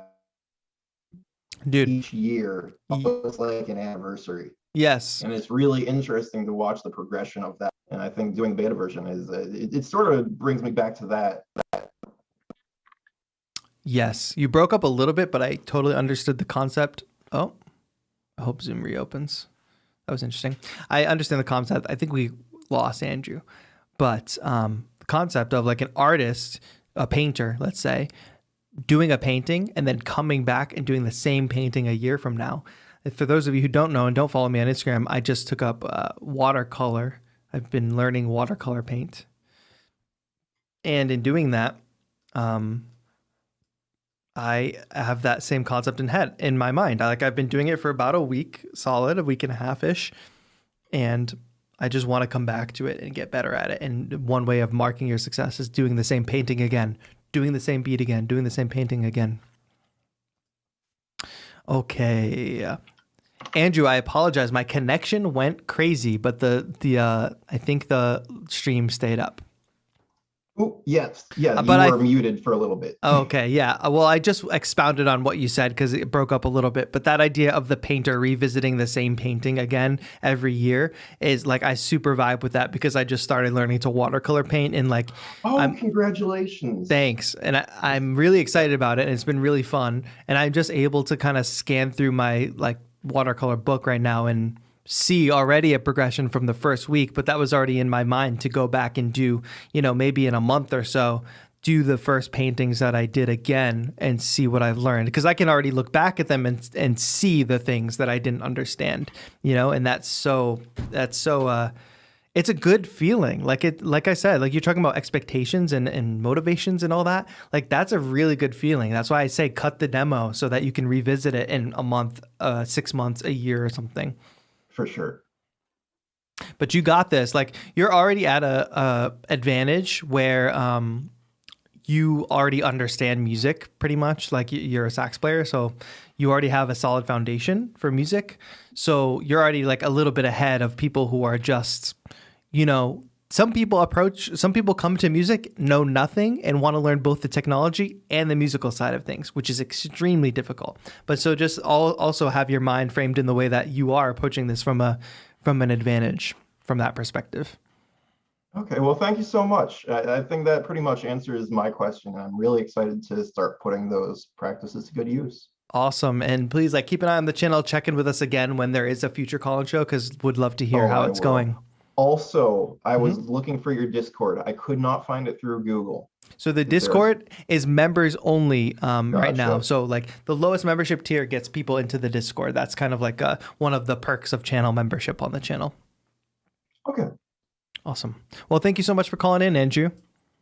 Thank you. Have a good one. Good talking. Absolutely. Yes. Cut the demos. All right. Just check chat, my friends. Nightbot put a couple cool links. If you are interested in that music video that I shot by myself in my apartment, that's Ghost Me by FaceX. The link just went in the chat. If you just want a cool lo-fi track to listen to, Daydream. The Spotify link is in the chat as well. All right, let's keep going. Kamikaze Shots says your positive impact on the community is awesome and greatly appreciated. Thank you for all you do. Thank you so much, Kamikaze Shots. I appreciate it. Hi, William C. Beckett. Thanks for being here. I know some people were over in the ADSR stream. That's cool. Hello, everybody that's just joining us now. Drum Geo says the best music mentor award goes to TAETRO. Thank you, Drum Geo. I appreciate you. I want to keep going. We have a few more callers. We've been going for about an hour 20, so let's keep going. I want to get through these last few calls. My friend MacLeod, am I saying that right? It's McLeod. McLeod. Oh my gosh, I feel dumb. No worries, dude. You actually know me as Market Way on the Discord. Market Way. What's good? Not much, man. Not much. How are you? How are you doing?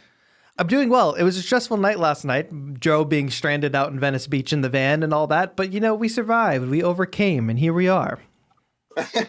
Right on, man. Right on. Well, dude, it's great talking to you, man. I just want to say that, first of all, it's an honor to actually get to chat with you, man. I've been following your channel for a while now, and only recently really started digging into it and, really applying a lot of the concepts. And, man, you've really been helping me with Ableton and stuff. So that's been huge. Awesome to hear. Thank you for sharing that. Of course. But, yeah, man, my question is just you've touched on it a few times today, but I have new music that I'm working on and hoping to put out hopefully this year. And when I first kind of started getting into production and everything, I really started putting out music, just kind of going like, okay, well, I'm never going to put it out if it's not, I always had the concept that I'm never going to put music out if it's not perfect, like it's not exactly what I want. It's a trap. So eventually I started biting the bullet and just kind of putting out something.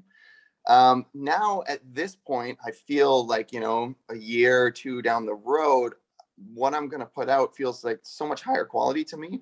Of course. And I feel almost like I don't want people to hear that old work. Like I feel tempted to like erase it almost. And I'm always at odds with that each day. I'm like, well, this is where I came from. This is this and that. But part of me goes like, I would hate for somebody to say, look on my Spotify, click a track and hear that one and be like, wow, this is mixed terribly. Because I truly didn't know what I was doing. Yeah. So I guess, yeah, my question is like, do you grapple with that as well? And how do you deal with that? Yeah, a little bit. Like I've had some stuff that I've done like taken down and off. I've never really done it with TAETRO, though I've considered it. It's two things. I already talked a little bit about how my channel is and how you can go watch the earliest videos, but that exists as a perspective of like, I want people just to see how it started and as like an inspiration. Like I'm entertainer, educator, musician, whatever. I want people to go back and see that and be able to do it for their journey. Not because I want them to find like this old janky video of me and have it be a representation of me. So like, there's that perspective. However, like with music, I think it is valid. Just make sure like you are being as objective as possible, which is very hard to be objective about your own work. Like go back and really define like what is the cutoff, because you don't want to do that in perpetuity. You don't want to constantly like, you don't want next year, you want to cut this year's tracks. I think that's what I'm worried about. Yeah. As I progress, am I always going to look back and feel that way? It could potentially happen, but you just have to have the discipline to not let that happen, because it's always going to get better. I think at some level for people just starting out, like for when you just like the first tracks you might have put out might have a bad mix enough for you to want to take it down because you've learned so much. But what will eventually happen is like your trajectory for learning, it's going to keep going up, but it's not going to grow at as fast a rate as it did when you first started. So like where you started is way down here. Where you're at now is probably pretty high. Where you're at in a year from now probably won't be the same distance. Do you know what I mean? Right. Like you've built so much foundational stuff for yourself now that the baseline of what sounds good is higher than what it originally was, and it's going to be that much higher. So like I wouldn't worry too much about that, but do just keep an objective mind when you get to this time next year and you're like, oh, should I take these other tracks down? You have to kind of wipe that out of your mind. At some point, you're going to be at a foundational level where it's okay to keep some of your early stuff. But if you are at a point where some of your early stuff is from your first time, like putting like getting tracks out or mixing or whatever, I think it's valid to want to take it down. And you know what? Like at the end of the day, you have to have a reality check with yourself. Who's going to notice if this track disappears? For you and yourself and your journey, keep it on a hard drive, keep it in a folder so you can reference back to it and see how far you've come. But like, is anybody going to be that upset if you take it down? Like, it only seems like it's going to make you have peace of mind, you know? Right. Yeah, and that's something I've thought about too, because some of those tracks actually have, like one of them in particular actually does have like, you know, tens of thousands of plays on it, but I don't think anybody's coming to it in particular. I think it's on a couple half decent playlists, and that's sort of where that's coming from. So well, let's pause the conversation here, because if it has 10,000s of plays and it made it on a couple playlists, I think that's where your objectivity brain needs to kick in and be like, maybe this one stays, you know? Right. Yeah, maybe, because it could just be me going back and myself listen to it, because I think, I mean, as we all are, I'm definitely my own worst critic. Yeah, because you know what nobody's doing? Nobody's going to that song and saying like, wow, the mixing is, people are just vibing with the music, you know? Like people are not necessarily critiquing the mix. Like somebody, that's where I say like objectivity, and that's the perfect marker of like some objectivity. Like if a couple people put it on some playlists, if it has a decent amount of plays, then that's solves it for you. Like you can get it out of your brain, because nobody's thinking like, if it was good enough for them to add to the playlist and your stuff now is better, then that only gives opportunity for them to come find your stuff and be impressed by newer stuff. It's not a detriment to your new stuff, you know? Right. If you have tracks out there that are kind of sus and didn't get a lot of traction, that's objective, where you can be like, all right, this one can go. Right. Yeah, that makes sense. Because you are always your own worst critic, and you're looking at things that people are not even listening for, you know, like people aren't critiquing like the way the thing is panned in the second verse, or the way the kick drum is EQ'd or whatever. Somehow they're just deciding that they think it sounds good and they add it to a playlist, you know? Yeah, of course. Yeah, it's actually funny. Yesterday, I was listening to one of your older podcasts, and you were talking with somebody about that, how you're listening to it from the perspective of being able to go into the file and actually change things potentially, whereas when you're listening to other music, you're not listening from that perspective. And yeah, I think there's a bit of that going on too. So I just feel like, oh, I did that. I could have done that differently. If I had the knowledge I have now, I would have done it differently. But it's a total mindset shift you have to do. Like sometimes you do want to listen with a critical ear. Other times you want to just listen to it, and it's very hard to do this. I would say it's like pretty much impossible to do this like 100%, but you can get your brain to a point where it's like, all right, I kind of can listen to this objectively. And if this wasn't me, you really have to focus your brain energy on saying like, pretend this isn't me. What do I think about it? And it's hard, and you have to like kind of develop that skill over time. And I don't think I've perfected it at all, but the more practice you have at that, the better you can do. Of course. Well, thank you, man. I really appreciate the words. Thank you so much for calling in, and thank you for being a member. I can't wait to listen to one of your tracks for the first time. I know we have track review coming up on this Saturday, so I want you to get your track in if you can. Awesome. Yeah. I'm really excited about that. I'm hoping I can make it on, man. Awesome. That would be great. Well, thank you so much for calling in, my friend. Of course, dude. Take her easy. Have a good one. All right. We got one more call. I wish my artist friend might have had to go. Fricasso, I think. If you're still here, call back into the Zoom. I can get you in. But we have two more calls. Well, one more call. Jaspy. But if my art friend, I think their name is Alex, wants to call in, if they didn't have to go, they can call back in. But just say hi in the chat and we'll set that all up. But anyway, let's get Jaspy in here. Might be our final call of the show. Thank you all so much for tuning in. Yes, we do have a podcast, TAETRO Radio, on all podcast platforms. Great interview with Tommy Z coming out on the podcast feed tomorrow. Hello, Jaspy. How are you? Hey, can you hear me? I can hear you loud and clear. Thanks for calling in. Awesome. First of all, thank you, TAETRO, like doing this, sticking it through.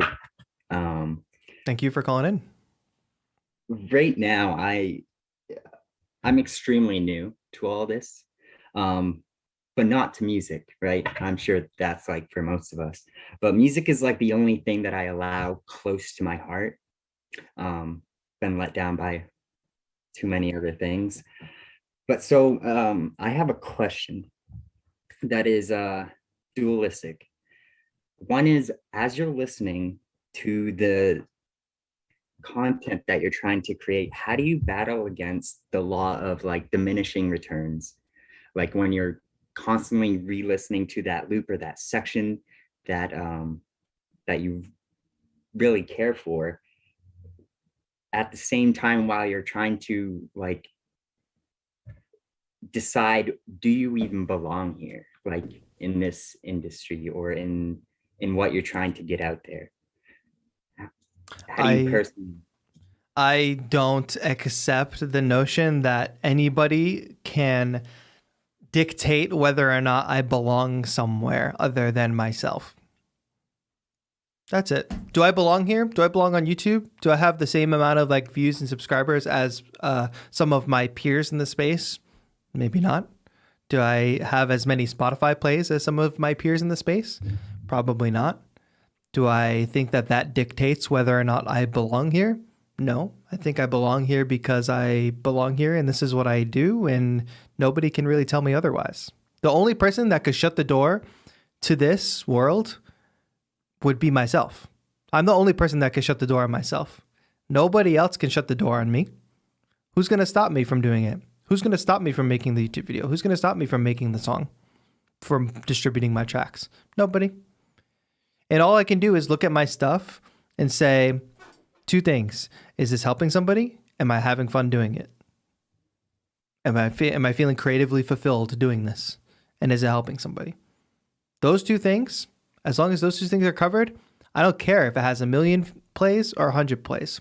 And I'll tell you, literally, my goal, and this is a constant mindset thing for me. My goal on YouTube is, it's an achievable one. It's if 1,000 people can watch one of my videos, if I impact 1,000 people, so let's say 1,000 people watch and let's say 1,000 people are impacted, then I'm happy. Do I have to constantly reaffirm that for myself? Yes. Do I have to constantly remind myself not to compare myself to others in the space and view counts and subscriber counts and analytics? Yes. But I have to define what happiness is for myself, and I have to stand true to the fact that I belong here and I'm the only one who can make that decision. So if 1,000 people are impacted by my videos, as long as 1,000 people watch it, if it surpasses 1,000 views, I am happy. And that I know that that's achievable, and I feel like that's enough to satisfy those two things: creative ambition and having an impact on the world. And I've decided that. For other people, it might be different. You need to find another achievable goal. Like, what is the highest possible impact you can have for this moment?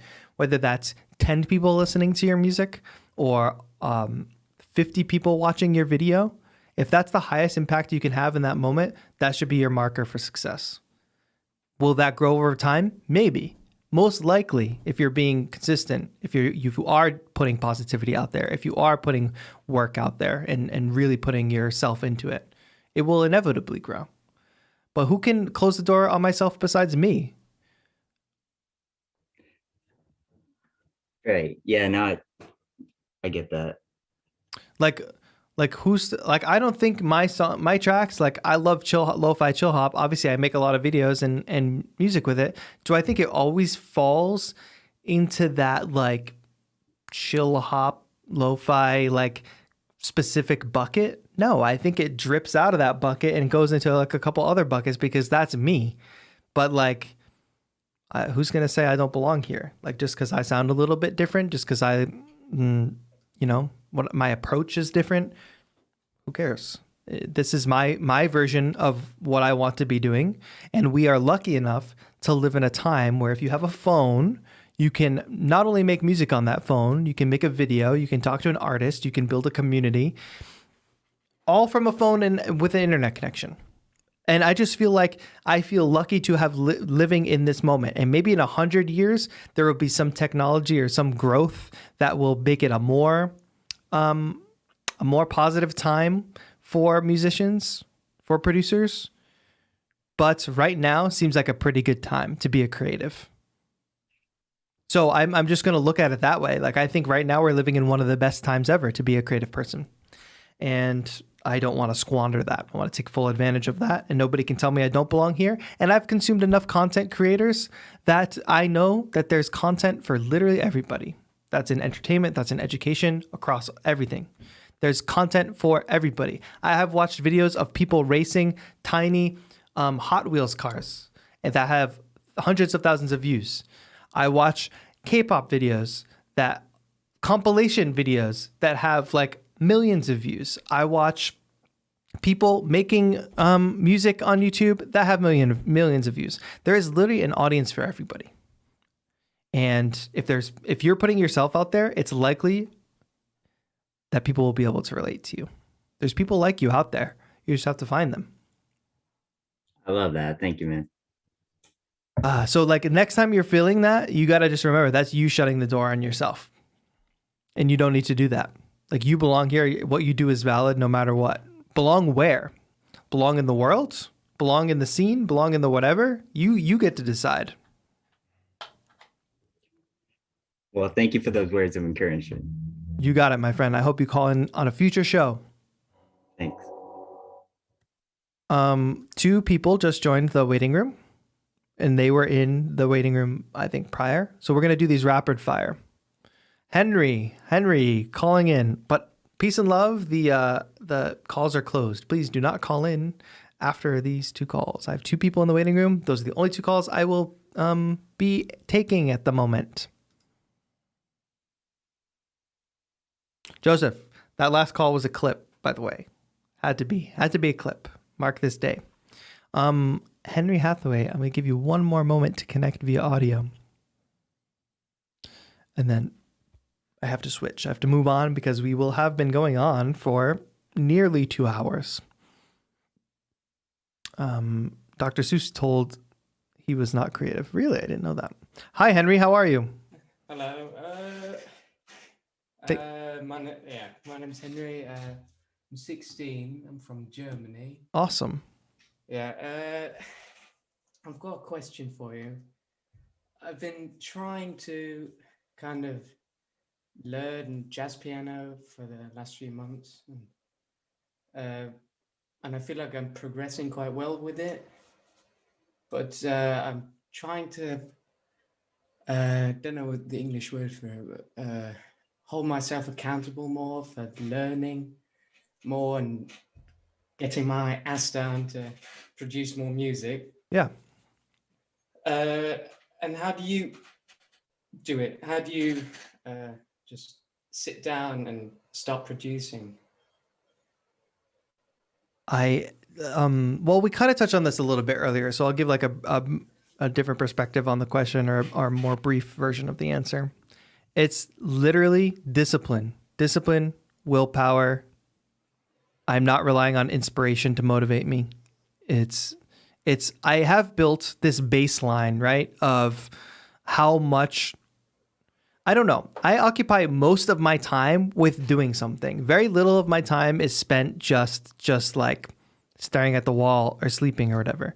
I am most happy when I am creating things, when I'm spending time with people I love, all those things. So if I fill most of my time with creating stuff, making stuff, what happens is when it comes time to like sit around and do nothing, or if there is a moment to sit around and do nothing, I get not anxious, but I get the impulse to make something or do something creative.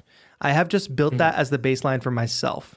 And with the amount of things that I do, the things that I do beyond just this channel that maybe people don't know about, the amount of things that I do, I have built a baseline of that is pretty high for how much I can get done in a day, how productive I can be in a day. And I've built systems so that I can do all those things. So you have to constantly push yourself to do more until the doing more becomes the normal. And then when that becomes the normal, you're going to push yourself to do a little bit more, and that's going to become normal. And if you do that over time, like after a little while, your baseline for how much you can do in a day, how much you can get done, is much higher than the average person's. And it'll be much higher than it is right now. Like sometimes I have to look back on my day and count the number of things that I did, or just like not count them, not like take a tally, but really unpack like each individual thing that I did and like be like, okay, that was enough. Like I did enough today to satisfy my own idea of what is a productive person, and beyond that. So that's all I can say is like build up this discipline. And right now you might be able to produce 8 bars in a day. And maybe tomorrow you're able to produce 16. And then maybe by Friday, you're able to, in one day, sit down and get a whole track fleshed out and arranged. Well, now that's your baseline. So now if you know that in one day you can get a track fully fleshed out and arranged, in a month, can you have a track fully arranged and get a first mix done in one day? Can you have a track fully arranged and then also make an Instagram post and then also answer 5 of the emails that came your way? Like no matter, I'm just thinking about like what my days tend to look like, but you build up a baseline of what hard work is for you. And it doesn't start, like I don't think most people I think get defeated and they go, I'm going to be productive. I'm going to hustle. And the first day that they do it, or the first week or month, they burn themselves out because they're not doing it organically or gradually. And especially as a music producer, as you're trying to learn jazz piano, if you can learn 1 tune in a day, that's fantastic. But once you can learn 1 tune in a day, you can do more. You can learn a tune and a half a day, or you can learn 2 tunes a day. And then once you do that, you can probably learn 2 tunes in a day and then write your own tune in that similar style. You know, you're constantly building up the baseline of hard work, but you're doing it gradually over time. Like you have to feel really solid in that foundation of I can solidly learn 1 song in a day. Perfect. Once you feel solid on that, it gets easier and easier, right? So then maybe you have it takes you 2 hours less than it did the first time you did it. So now you're going to use those 2 hours to do something else. Now you're constantly adding to that basket. And I'll tell you that this has significantly contributed to my career, especially when I do the Beattober challenge, which I hope everybody will participate in this October, making a beat video per day. I didn't think I could make a beat video per day until I did it. Now I can make a beat video per day, even though I don't do that every day now, but I know that I can at least make 1 beat video per week, which has actually brought me a significant amount of income doing it for other brands, right? So like I perfected that process and created a baseline. Really, the baseline is I can make a beat video every single day. But so now I'm basically on vacation now that it's not October and I'm not making a beat video every day. So I can fill that time with a bunch of other stuff. You know, I don't need to do that every day. It doesn't really make a lot of sense to do that every day. But I know that I can do that. So if I know that I can do that every day, I know that I can do a shit ton of stuff every day. That's good. And just touching on that subject with collaborating with other companies, are you planning on doing another collaboration with Labs community? Because I enjoyed listening to the projects that came out of that a lot on Instagram. I would absolutely love to. It is that was one of the best community events like since Beattober that I've participated in. And I love the lab sounds and I'm using them all the time. So what I'm thinking is I will probably try to engage with them for Beattober. Like if we have a week of Beattober where it's like everybody use lab sounds or something like that. Or, you know, if they wanted, I'm always open to collaborating with them and they're always super nice people. A funny little like inside story of like how these things evolve is the first company I ever worked with was Novation. And the first piece of gear they ever sent me was Novation Circuit. The person at Novation at that time is now working at Spitfire with Labs. And she is actually the one that connected with me about doing that Labs thing. So we're talking like 5 years later. And this has happened with other brands, other people and brands that have moved from company to company. Now I get this opportunity with Spitfire, which I've never worked with before because of this connection I made 5 years ago, you know? So that's just another little behind the scenes kind of connecting the threads about how you put in the work and you don't know how it's going to pay off later. And like you said, it was like one of the best community like events. So Labs collaboration, I'm sure will happen again soon. Regardless, I'm going to keep using their sounds, but my thought is to hopefully engage them during this coming October for Beattober. All right, super. And bother you one more time. Sure. I posted one of my first beats I made when I started learning jazz piano on my own on SoundCloud, and of course it's didn't blow up because I didn't do anything about it. I just posted it. But how do you go about distributing your music to a broader audience that wouldn't normally listen to your music or wouldn't even think about watching videos about music production and get other people hooked onto listening and stuff like that? I spend zero time thinking about that. And I instead spent the last 5 years building a community, building a YouTube channel, and building an audience that will show up to learn and also show up for me, so that when I do drop a track, a percentage of those people, a much smaller percentage of those people who chose to subscribe to a YouTube channel will go listen to my music. That, I think, like, building up a brand and building up a personality driven channel or content is like one of the only ways to survive, because you can upload to SoundCloud all you want. You're one of like 1 million producers. Like, I don't know how many daily uploads SoundCloud has, but just figure out that number and you can figure out that you're one in probably like 500,000 people uploading that day. The only thing that separates us now as musicians, as creatives, as people who make stuff is like, can people connect with you? Because you're like, unless your song is like a huge banger and gets like put into somebody's TikTok randomly, like you don't want to be playing the lottery is what I'm saying. Like, you can go, like, you could be a millionaire.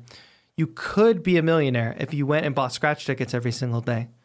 But I'll tell you one thing is my dad loves scratch tickets and he has yet to hit the $1 million and he's been playing the scratch tickets for a long time. So like, you could do that. That you could just upload to SoundCloud once a week or even once a day and just hope that you're going to hit the lottery. Or you could put some work in on the front end, build a community, get your brand out there, get people connected to you. And that might seem like a lot more work, but it has a lot more chance of paying off than uploading a song to SoundCloud every single day. I'm open to doing that. I'd love to try and build my own community. You never know. Maybe I'll blow up somehow. But also, you want to get out of the mindset of like blowing up. Like, I have no interest in blowing up. You want like organic. You want people that care. I want people to care about my music, enjoy my music. That's what we all want. Like, we all don't make music in a vacuum. We could, like I said, I could sit in my home studio and just make music and never put it out. And if that was enough to make me happy, boom, that would make me happy. I think most of us are making stuff so that people will hear it.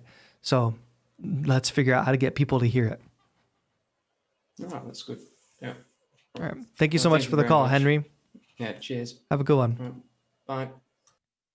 That's going to be it for our calls today. Thank you, everybody that called in. That was a solid show. I had a lot of fun. Thank you, everybody, for tuning in. Shout out to all my members.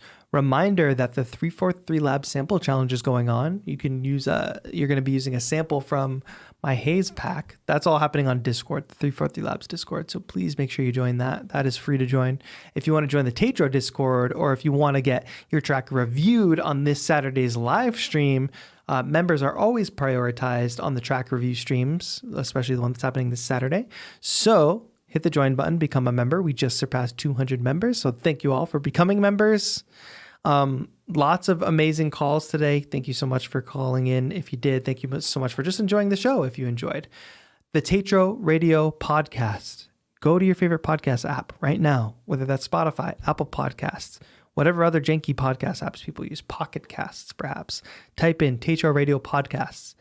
Hear Joseph's voice loud and clear through your ears. You will, one of the best interviews we've done, the Tommy Z interview. People keep talking about it. That's going up on the podcast feed tomorrow. It's a great interview for you to take on the go with you and listen as you go. Or if you already watched, like if you watched it live, I highly encourage you, if you took value from it, to just listen to it again, because you always pick up other things. I do that so many times. I'll listen to the same interview at least twice if I found it was a big, impactful interview, because you always miss little things. So thank you, everybody, for tuning in. If you could take a moment and make sure you subscribe to the podcast, make sure you subscribe to my channel, follow me on Instagram. I say take a moment. This will literally take you 60 seconds because all the links are in the description. Then go to youtube.com/343labs. Click subscribe over there because we have amazing content coming for you. Thank you, Crystal. I appreciate that. Michael G, Market Way. Shout out to all the members that were here today. White Whisker. Thank y'all. This was a fun stream. Great call-in stream. We'll do it again soon. I'm live every Tuesday and Thursday. And this Saturday, we've got a track review stream. So stay tuned. Follow me on Instagram to know the latest things that are happening, latest streams, latest videos, and all that. And that's going to be it for today. Thank you all so much for watching. What a great show. This has been TAETRO. Have a good one.